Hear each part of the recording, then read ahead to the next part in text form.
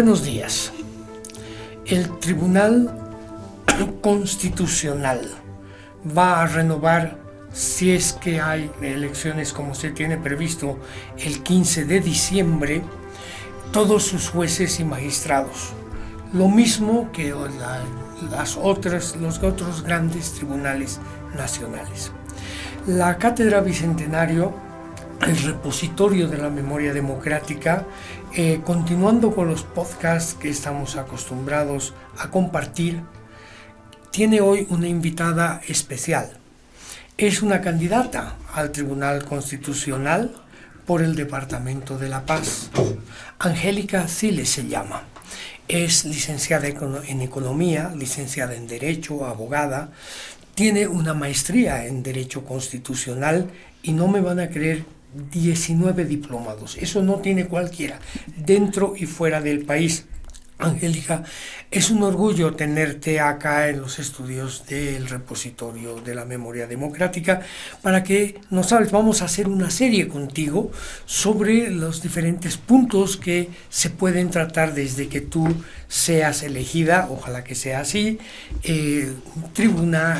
jueza en el Tribunal Constitucional de la Nación. Bienvenida, buenos días. Muy buenos días, estimado Julio. Gracias por la invitación. Bueno, yo soy Angélica Siles, como lo has mencionado, abogada, economista, en Derecho Constitucional, y además también es importante, hice como más de 10 cartas orgánicas volviendo de la Asamblea Constituyente, y fui también parte de la elaboración de este texto constitucional. O sea, tú tienes algo de culpa en esto. Está muy bien, no cualquiera puede ser, haber sido elegida miembro de la Constituyente. Ese es un honor, eso sí es ser padre y madre de la patria. Lo que está escrito ahí, que es la ley que nos rige, ha sido también parte de tu esfuerzo y tu trabajo. Así es, he sido parte y bueno, escrito está en la Comisión Económica precisamente, y bueno, hemos hecho más de 40 artículos, y bueno, estamos ahora en esta Constitución vigente, ¿no? Vamos a hablar hoy, porque eso es lo que hemos programado, de los pueblos indígenas y las naciones originarias. La Constitución Política del Estado Plurinacional de Bolivia le da un importante espacio a este tema. ¿Tú estás de acuerdo con lo que dice la Constitución? ¿Hay algo que cambiar en este sentido? ¿Hay demandas no cumplidas? Así es, ¿no? Por supuesto, yo siempre he estado aquí, venía a informar, ¿no? A Max Paredes, que era un apu, y lo respeto mucho, no sé cómo estar ahora, que he aprendido mucho de los pueblos indígenas y estoy muy de acuerdo, pero falta la implementación, no existe políticas públicas para los pueblos indígenas y estamos a la espera de que, bueno, se cumpla, ¿no?, la Constitución. Y bueno, yo por supuesto, cuando estén en Sucre, voy a implementar, es decir, darles esa importancia que se merecen, porque en la anterior Constitución no estábamos ni las mujeres ni los pueblos indígenas. Entonces, en esta nueva Constitución de 2009 existimos ya, somos visibles, tanto las mujeres, que somos más del 50%, y también los pueblos indígenas. Se ha reconocido a las 33 lenguas y naciones, ¿no?, pueblos indígenas. Entonces, tiene que darse los respectivos derechos que están establecidos en la Constitución. Y especialmente uno que dice la libre determinación. Yo decía, ¿por qué libre determinación? Yo puse ese término de libre determinación, porque decía, vine a consultar, ¿no? Todo el tiempo yo consultaba a Max Paredes, Apu, decía, está bien, no, la libre determinación, ¿qué significa? Que nosotros tenemos que tomar las decisiones, no imposición, sino tiene que ser de abajo hacia arriba las propuestas y al final los derechos que corresponden. Uno de los temas que suscita mayor discusión es el de la justicia comunitaria. Es posible, la Constitución así dice, establece 2 regímenes paralelos de ejercicio de la justicia. Uno, el tradicional, el que seguramente tú vas a encabezar si es que sales elegida desde el Tribunal Constitucional, y otro paralelo que corresponde a las comunidades indígenas. ¿Es esto posible? ¿Puede haber un país donde hayan 2 jurisdicciones de justicia diferentes, ¿cuál vale más que la otra? Si dicto aquí o dicto allá, si cometo un delito, puedo escoger irme a la una o a la otra. ¿Qué es esto? Yo creo que ahí hay un problema pendiente también. Sí, lamentablemente se ha elaborado una ley de deslinde que se llama, pero es decir, en la Constitución hemos planteado que las dos normativas de justicia están en el mismo nivel. La normativa la ordinaria, pero también la justicia indígena, que está establecido como normas y procedimientos propios. Así hemos puesto en la Constitución. Entonces, está en el mismo nivel en la Constitución, pero con la ley de deslinde le han bajado de nivel, ¿no? O sea, un poco está subordinada a la justicia ordinaria cuando hay que diferenciar. Ellos, por ejemplo, tienen sus autoridades, ¿no? Tienen sus juez natural, se llaman ellos, jueces naturales. Y ellos hacen su justicia, pero no cobran, ¿no? Hacen un trabajo de comunidad, ¿no? Ellos se eligen, yo he visto, he participado bastante, he trabajado mucho con ellos, hacen su colita, ¿no? Su fila. La persona está ahí y tras de ellos hacen las personas que le van a apoyar. O sea, muy transparente, muy, como diríamos, muy de convicción. Entonces, esa persona que tiene más personas tras de él, sale elegido, en este caso, juez natural que se llaman, ¿no? Ellos imparten su justicia imparten, pero por supuesto, no hay cárceles para ellos, ¿no? Sino que por decir, si se han robado una vaca, por decir, le dan tiempo que reponga, pero hace un trabajo comunitario. En la comunidad tiene que hacer un trabajo comunitario. Entonces, esa sería una sanción, digamos, para ellos. No existe cárcel para ellos. Ese es el trabajo que realizan, en este caso, los pueblos indígenas. Problema el del deslinde. Ese ha sido y seguirá siendo un tema de gran discusión. Vamos a pasar la palabra a quienes están hoy día en el podcast. Si alguien quisiera preguntar, decir algo entre quienes estamos escuchando esto, seguro que Germán, que lo estoy viendo, que es un asiduo participante y que está desde Oruro, quiere decir algo. Aló, Julio. Adelante, Germán. Bueno, buenos días a quienes están participando, por supuesto. A ver, en este tema de los pueblos indígenas, yo creo que la Constitución ha recogido absolutamente todos aquellos acápites que están vinculados al interés de este tema, ¿no? Solamente como referencia, si nos remitimos al artículo 2 de la Constitución, está haciendo un reconocimiento, de ahí para adelante en el 3, en el 4, en el 5, están reconocidos los derechos, ¿no? Y están reconocidas las particularidades culturales de estos pueblos indígenas, de estas nacionalidades. En consecuencia, yo por lo menos no podría identificar derechos que hayan sido excluidos o derechos que todavía estén pendientes de ser incorporados al ámbito constitucional. Este es el primer elemento. Es más, se ha obligado desde que se aprobó la Constitución, por ejemplo, a el uso bilingüe.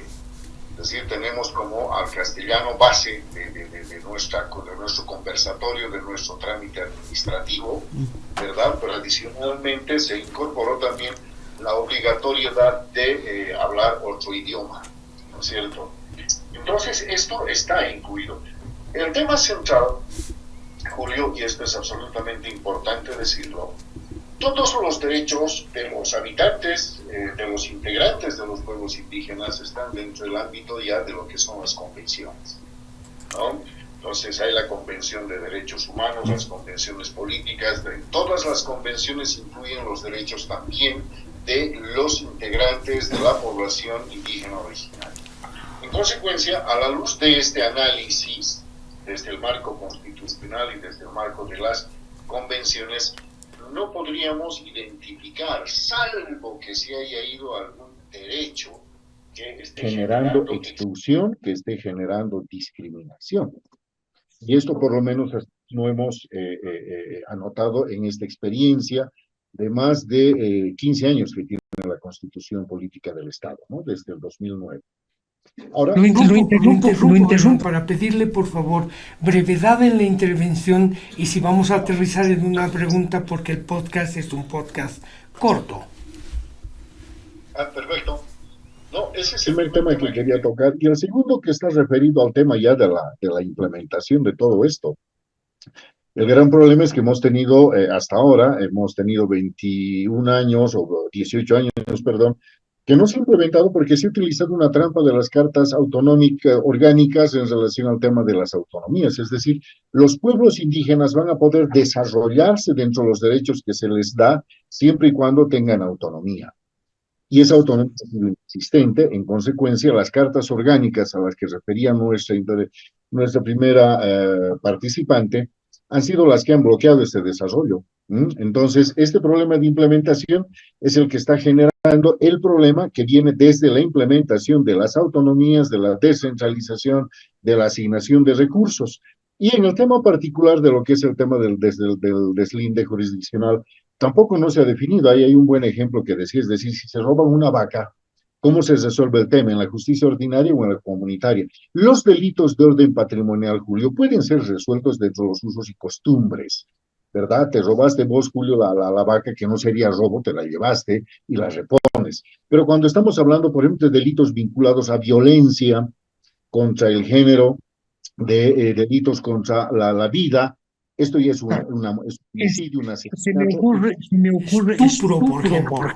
¿Qué hacemos en este caso? ¿A qué juez recurrimos? Pero bueno, vamos a darle la palabra, vamos a devolver la palabra a Angélica para que nos pueda contar un poco su opinión al respecto. Bueno, tocó varios temas, ¿no? En primera instancia, es cierto, están reconocidos sus derechos, pero no existen muchas políticas públicas. Por eso es que recientemente ha habido incendios, han salido, hemos visto cómo se han quemado sus casitas que son de paja, de las palmeras que hacen en el lugar. Entonces han perdido completamente todo. Entonces no hay una política que les proteja, ¿no? Porque dice la Constitución que hay que proteger derechos, son los derechos, y está establecido específicamente en el artículo 30, desarrollado ampliamente, pero no se está dando esa política. O sea, ¿qué se hace cuando a un pueblo indígena se está incendiando? Que parece que ha sido provocado, ¿no? Han perdido todo, primera instancia, ¿no? Entonces, también es importante que es reconocer que los pueblos indígenas protegen el medio ambiente, protegen la tierra, porque como viven ahí, es como su casa y protegen, pero tampoco no existe una política pública. Existen leyes, es cierto, pero no existe una política pública que le asigne recursos, que le asigne presupuesto. Pero por otro lado también ha tocado el tema de los estatutos. Ha tocado cartas orgánicas. Las cartas orgánicas son diferentes a los estatutos. Las cartas orgánicas son cuando la comunidad, es decir, la alcaldía, ha aprobado que sea carta orgánica. Pero dentro de la carta orgánica tienen los pueblos, si existe un pueblo indígena, directamente pueden ser elegidos, ¿no? Como se eligen ellos, sin intervención de un partido político ni del Tribunal Electoral. Entonces, lo que se ha hecho cuando he estado haciendo cartas orgánicas, se ha puesto, por ejemplo, al pueblo indígena que vivía en la comunidad.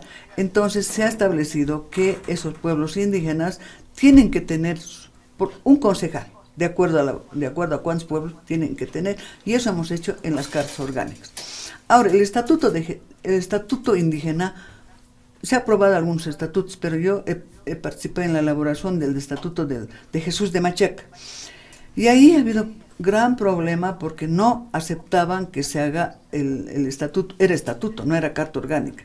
Entonces directamente no había intervención de ningún partido político, solamente el Tribunal Electoral veedor. ¿Qué ha pasado? No permitía, se ha elaborado todo, pero hasta ahora no se está aprobando porque no quieren pues el lugar, ¿no? O sea, ¿qué significa? Como eso, dicen, no, ¿cuándo nos va a tocar a nosotros ejercer la alcaldía o concejal? Porque son varios distritos, se llama, la parte de arriba y la parte de abajo, es medio complicado, ¿no? Tiene que haber todavía una investigación más seria para que realmente se aplique lo que ellos quieren. Hay mucha intervención política que no permiten que ellos se aplique lo que está en la Constitución y también lo que está en su estatuto. Y hay en otros lugares que sí se está aplicando, ¿no? Se está aplicando, pero en este específico de Jesús de Machaca, que está en La Paz, no se está aplicando. Eso podemos hacer. Luego también nos había indicado de la ley de deslinde, ¿no? Decía, la ley de deslinde es cierto. La ley de deslinde, desde mi punto de vista, es inconstitucional, porque le ha limitado. Pero a pesar de que es inconstitucional, ¿no? Igual, como dicen, resuelven, ¿no? Por ejemplo, en el caso de violación o de estupro, están resolviendo en la justicia ordinaria. Están resolviendo, pero también hay mucho retroceso, no hay avances, ¿no?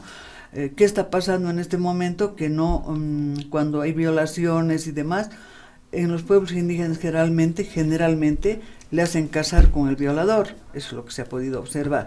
Entonces todavía falta conciencia, falta de que las mujeres denuncien, o los familiares también denuncien, ¿no?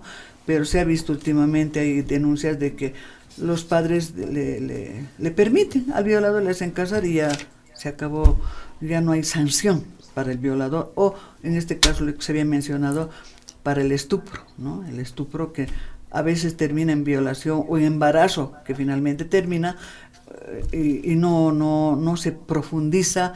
Y además, lo que he podido observar en los jueces participados y en algunas audiencias, he podido observar ni los jueces y la mayoría de los abogados no conocen la ley 348 que permite, ¿no? Que tiene que ser 30 años sin derecho a indulto porque ha muerto una persona, una mujer, le ha quedado en orfandad a los niños y su papá en la cárcel. Entonces no hay, hasta ahora he podido observar ni jueces o no querrán aplicar la ley, ¿no?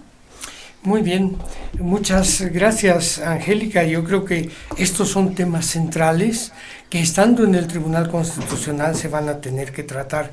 Desde luego tú has mencionado con toda claridad este problema que hay desde la participación popular, además, en que las instituciones establecidas por la ley se cruzan con las costumbres de gobierno de los pueblos indígenas que han quedado relegadas. La gran pregunta es, ¿cuál de esas dos va a valer? Yo entiendo, hay grupos indígenas que exigen participación y no pueden porque para participar hay que ser parte de un partido, una organización política, por ejemplo, ¿no? Y en otros casos, que es también un tema que habrá que tratar en el futuro, en lo personal yo no soy abogado, pero yo no creo en las leyes no escritas. Es muy complicado el no tener, por lo menos en el derecho que hemos heredado del derecho romano, hasta donde yo llego a saber, leyes no escritas, leyes de la costumbre y leyes de lo constitucionario, como se dice, ¿no? Que al final terminan dándole al juez y a quien toma la decisión la posibilidad de ejercer su propio criterio sin apoyarse en nada. Pero bueno, son temas que vamos a discutir y que seguro que tú vas a tener la oportunidad de guiarnos si es que sales elegida, que te deseo muchísima suerte. Hemos terminado este podcast. Gracias, Germán, por tu intervención.